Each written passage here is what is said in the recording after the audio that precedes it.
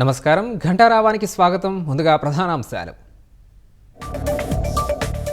2047 నాటికి 58 లక్షల తలసరి ఆదాయమే ప్రభుత్వ లక్ష్యం. ఏఐ, డీప్ టెక్, అగ్రిటెక్ సాంకేతికతను వినియోగించుకుంటామన్న సీఎం.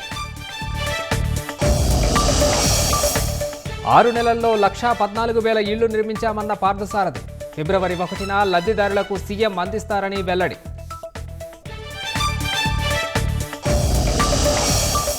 విజయసాయిరెడ్డి రాజీనామాకు చైర్మన్ ధన్ఖడ్ ఆమోదం. రాజ్యసభలో ఒక స్థానం ఖాళీ అయినట్టు బులెటిన్ విడుదల.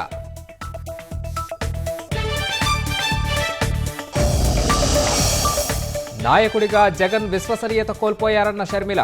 అందుకే విజయసాయిరెడ్డి పార్టీని వీడి బయటకొచ్చారని విమర్శ.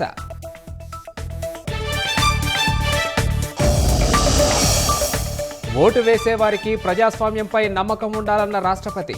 సాంకేతికతలతో ఈసీ మరింత పారదర్శకంగా ఉందని వ్యాఖ్య.